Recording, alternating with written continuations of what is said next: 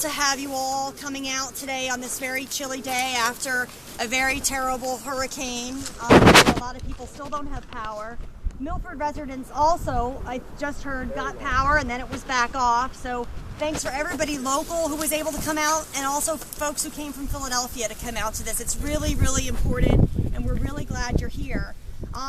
The first thing I want to do is introduce some key people, so that as we're walking along the line, you might want to talk with them or pull them aside.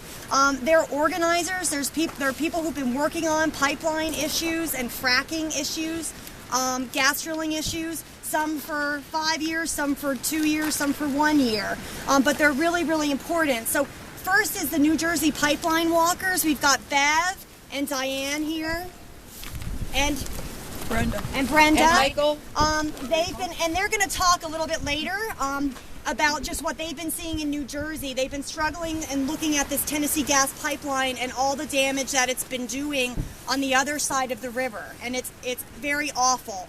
And they'll talk about what they're doing. I also want to introduce Alex Lotoro, who's a local with Energy Justice.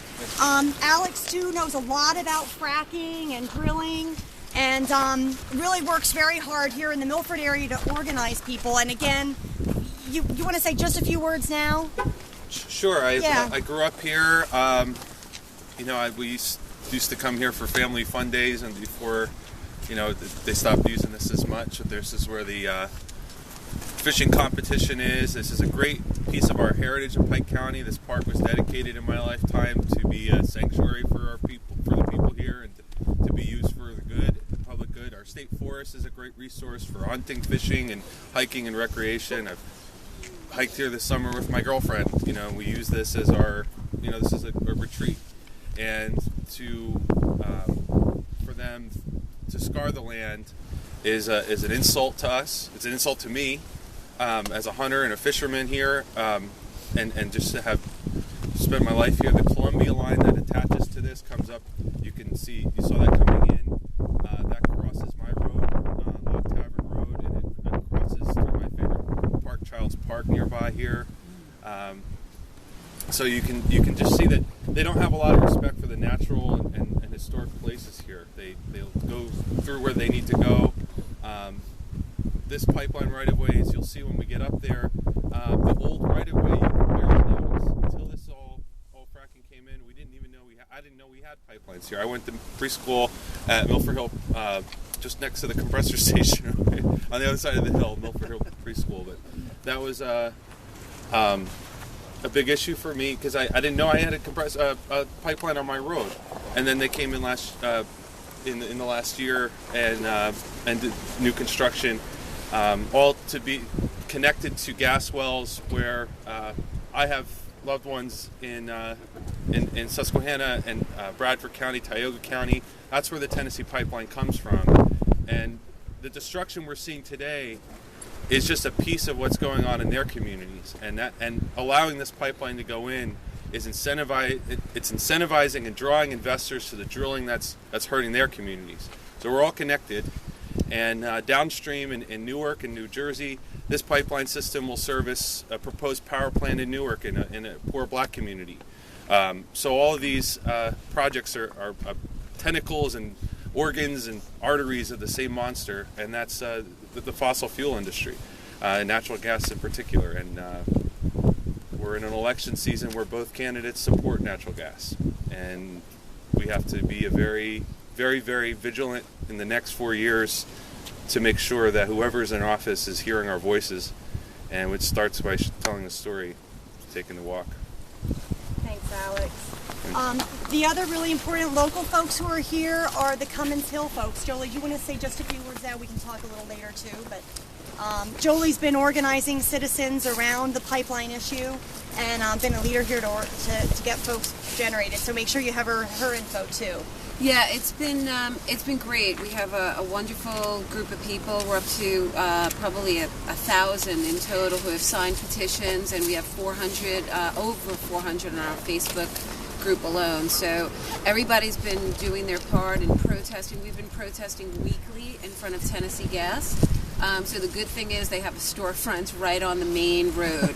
So we've been visible, we've been loud, we've been trying to raise awareness. We started running ads. We took up a collection. We've been running ads in some of the local newspapers. We think the entire community in Milford in particular has been uninformed or misinformed about this project. People, the propaganda piece, this went to everyone in the area, talking about how wonderful the pipeline is, and it's bringing jobs, and it's helping the economy, and you run into these people who believe it and don't look any further than what they've been fed. So I think we've been a loud, noisy group. I hope we're getting noticed. We've been trying to work with some of the local politicians to make them feel stronger and everyone have a thicker backbone and feel like they could stand up to big oil. It's been hard, but the hope is that with as many people as we can get spreading the word, it will help at least stop some of these projects, if not all of them, if we could. I'd like to say something too. Listening to the radio over the storm, all of those houses that burned down in New York and wherever blew up because of natural gas. This is their clean energy. It just goes to prove, it's not as safe as you think it is, and all it takes is a little storm to Right. It's bye-bye home. It's not as natural as... And can I point out that it is not clean energy because Dr. Ingrafia Santoro, another doctor from, Cornell, did a paper saying that it's almost twice as bad for global warming as a greenhouse gas per BTU than either coal or oil because of all the gas leaks, all the methane leaks. Absolutely, I agree. The other thing is with the politicians and both candidates, when they talk about natural gas, it sounds nice, natural gas. Who wouldn't want natural gas? But, what that really is fracked gas. That's the fracked gas. So people hear fracking and they think, oh, evil, that's bad. I've heard a lot of frack. They're putting another spin on it. They're calling it natural gas. So I think there's also, that helps. I think the misinformation that goes out there. Natural gas sounds good, and I think a lot of people are confused as to how bad it is. If you go to our Facebook group, every day people are posting information. The latest is about the water. That this came from the New York Times. It was a big story in the Times about the water that was tested. They didn't look for certain things that they should have looked for, so they never reported all of the metals and all of the carcinogens that are in the water. They said, oh yeah, the water's fine, and this is what we found, and they said, oh, you wanted us to test for this other stuff. Not just the bacteria. Not just the bacteria. Oh, okay, well, yeah, then it is poison. And this is the Department of Environmental Protection. I wrote that story. No. Are you kidding? Yeah. Then we're glad you're here. That's fantastic. Thank you. Can I just say something? I'm reading this book I just That's took out of the crazy. library. Quiet, we're going. I don't know. It's from the company. You're like, which This side book is is you? written by Climate Central, which is a nonprofit organization. The name of the book is Climate Weirdness, and it's written so that a sixth grader can understand it, and I think it needs to be in all the school systems here Send it to throughout the Washington, country. so they may be able to I'm only halfway through it, but I mean, it just tells you all about the greenhouse gases and just Right. everything that this does to the atmosphere and Well, it's almost like Silent Spring, 50 years ago about DDT and other stuff that we were spraying, and it was perfectly fine, until somebody realized that it's not.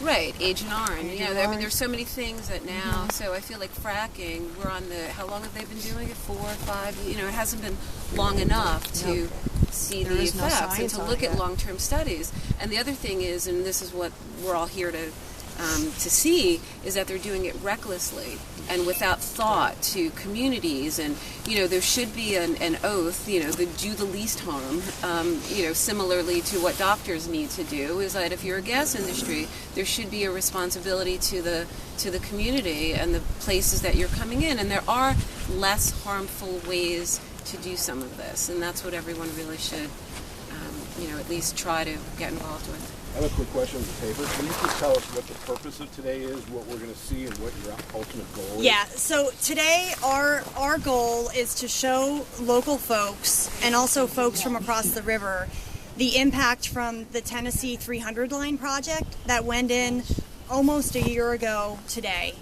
And what you will see is still damage from that. Some of it's subtle, some of it's very, very big, and you're going to notice the difference. And we're going to compare that with the continuation of where Tennessee Gas would go if they get approval, and that is a big if. All of us are working very hard to try to stop this loop from going through. The way that Tennessee Gas Pipeline works, there was a map that was passed around, right? Instead of Tennessee Gas looking at the whole project as a whole, right? For the, how many miles is it? For the Northeast, 140 miles, right? Going through Bradford, all these different little loops. What they do is they do these small loops. There's an existing right-of-way, right? An old natural gas pipeline right-of-way. You know, we used to get natural gas, right, by putting a straw down, sucking it up. 100,000 gallons of water was used, right? Fracking is 5 million gallons of water and toxic chemicals. So very different to be getting fracked gas in the way we used to get natural gas, which again is running out and finite. It's a fossil fuel. We're running out. We don't have time to invest in this technology. What we want to show is the infrastructure, right? There's been no drilling in the Delaware River Basin yet, right? Because of a moratorium in this basin, because this is special protection waters. And it's required. This is from Jim Walsh. Okay. Yeah, I know. That's what Jolie just talked Yeah. about. So I'm sorry, I lost my train of thought. Special protection waters, and the Delaware River is so special. Alex talked about the hunting, the recreation. In Pike County alone, there are 65 state endangered species, right? Endangered or threatened species. This is a beautiful area. Joe Zenes from Delaware Riverkeeper Network will be talking too. He's grown up here. I mean, he's hunted here. And this is the area where they could drill as well, right? But where these pipelines are going through. So we're going to show the fragmentation, talk about really the exploitation of Tennessee Gas Pipeline to be sort of bucking the system of the way of doing things. Delaware Riverkeeper Network has put in an appeal to FERC, that's the Federal Energy Regulatory Commission, to basically say, FERC, this is all one project. You can't be segmenting out little projects. What happens is they try to get away with doing the least amount, which Jolie talked about, and you'll see that with these things. These are exceptional value waters, and they're doing grading on very steep slopes where erosion and sediment control, all that sediment that goes into the stream, it chokes the stream. So as Jolie said, there are fracking companies that are fracking, right, under the ground. We don't see it. We don't know exactly what they're doing. But they can't, these pipeline companies can't even get erosion and sediment control right.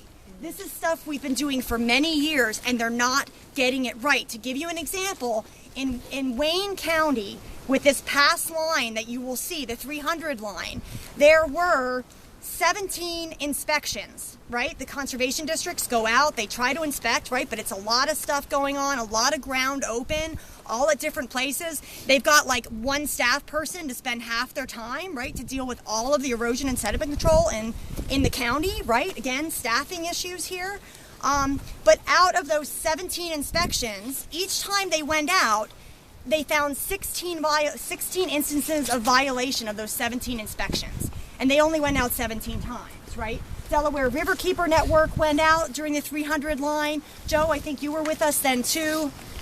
Joe's on this a lot, but I too would go out and I'd find filled wetlands. We have lots of documentation of that, where wetlands were filled. These are wetlands that are supposed to be protected as exceptional value. Remember, in all of Pennsylvania, about 5% of our waters and wetlands are considered exceptional value in the whole state. 5%. That's all we have left, right? And now we have these multi-billion-dollar corporations coming in and not being able to get it right, to mine and frack something that's unsustainable. And again, we won't get into fracking as much, but this really is, tapping in to be able to take the energy, the dirty energy from the shale region, right over in Susquehanna, over in the part of Wayne County that's not in the basin, and move it over to New Jersey and New York. And you know they want to export that too. So we're soon going to see exportation facilities coming up too, right? This is their plan because they're fracking. They have too much gas. They don't have enough storage. So they use these loops for storage, okay? So this is to show the infrastructure. For one gas pad well, which is usually about 5 acres, they have to put in feeder lines. It takes 1.64 miles of feeder line on average. This is a Nature Conservancy study, 1.64 miles of just the feeder line. Because when you have the pad site, then you have to get that gas to a transmission line, which is what we're going to see, a very large transmission line that goes across Pennsylvania, right? So again, there's so much impact to the environment from this type of industrialization. And in the Delaware Basin, again, there are estimates. Different people say different things, but we have a possibility of 18,000 to, I believe, 60,000 plus gas wells that could be drilled in the Delaware River watershed. That's drinking water supply for 17 million people. Really crazy. So today we're going to look at the pipelines. We're going to go out and see those comparison and contrast, ask questions, and point things out, you know, from a biology's perspective, what's happening to the streams. And while you're doing it and while we're driving out, think about the roads, right? Because this road that we're going to be driving on, there was a small road there, but it was a trail in some cases. Now it's a road, right? So we have another road going through, again, DCNR lands. These are our public lands, guys. These are the lands that we reserve as citizens for future generations to enjoy, right? And you'll see what Tennessee Gas is putting back in the way of the small trees and stuff. It's really, I don't even think we'll see any trees out there. But anyway, that's the goal. I know we've talked a lot. And Enos access road is a temporary access road, so when it goes into operation, they say there's going to be zero impact, but you'll see the road going in. I mean, this is where they're going to start the next loop if it's allowed to go through. But we are trying to stop that, right? We're trying to say, for all the reasons that you all pointed out, because a lot of you know this, right? It's an unsustainable source of getting energy. Tennessee Gas does not need it right now. Drilling has slowed down in Pennsylvania. They've moved over to Ohio to get this, the wet gas. Here we have what's called dry gas, and we won't totally go into that. But the point is, it's slowed down. There's no real economic need for this pipeline, and that's what organizations are trying to prove. But as we try to do that and we do the appeals, you'll note, this construction site, the cutting of these trees is supposed to begin January 3rd for this loop. Over in New Jersey, the pipeline walkers, they're looking at like a November 15th date of mobbing, and then they're going to start cutting. And this is before they've gotten, some of their permits are still out. Their freshwater wetland permit is out. That has not been. They've all been stopped. They're going to a public comment. They've all been stopped? They stopped the process. They're going to do public comment on all of them. Okay, all right, great. Well, that's good. But she hasn't told me when yet. Okay, great. We will get notification. Everybody who wrote a letter will get a written notification when the public comment. So it could be that the November 15th will be moved. If we stop the permits, how can they? Right. Because they can't get across. Exactly. Oh, that's so. Jolie, did you want to say something? Yeah. Well, when you're finished, I just want to make 2 points for the. Okay. No good. So I think that's about it. So go ahead. So 2 points for the Cummins Hill folks that came, just so you know how we fit into it. We're Loop 323, and our loop is brand new devastation. We've got 7.1 miles of new devastation, virgin forest, 5 water crossings, 2 EV streams, Cummings Creek, which is a very valuable creek. We have 80-degree slopes that this pipeline is going to be coming through. So they're going to be blasting through the mountain, coming out of the mountains on Route 6. And an 80-degree slope on their chart, on everything I've read. There's not even a categorization for it. It says steep, there's degrees of difficulty. This is degree 5 of an 80-degree slope of what we're in store for. We've got 2 active eagles nests. We've got bog turtles, the Indiana bat. We've got 5 endangered species. So this is all brand new for us. And that's the first point. I wanted you to know how this fits into this. So we're this continuation. If you look at the map, we're this little hiccup that takes this loop, another, cute loop name, but really a devastation. And then the other point is what I would love for everyone to take away, because I think it is a grassroots movement that we're starting to get more and more people engaged. As each little community wakes up and realizes it's in their backyard, spread the word and let everyone know, because I don't think enough people understand what this means to their community, especially a town like Milford that relies on tourism. Once you scar those beautiful mountains forever, it's not the same. I think it changes the whole landscape of where we're living. So. And we'll network you all together too with the action items, the Delaware River Basin Commission action item. We're trying to get the DRBC involved to regulate pipelines, right? That's what happened when the gas drilling happened, and DRBC is why there is no drilling in the Delaware River Basin right now, or there would be drilling happening right now. So we're trying to tell the DRBC they need to regulate these pipelines because the states are not doing a good job, and they need to look at it cumulatively, right? You can't look at little bits. You have to think about the whole picture of what's happening instead of just taking the little bits, which is what happens now. And then you have a lot of degradation over time. Okay.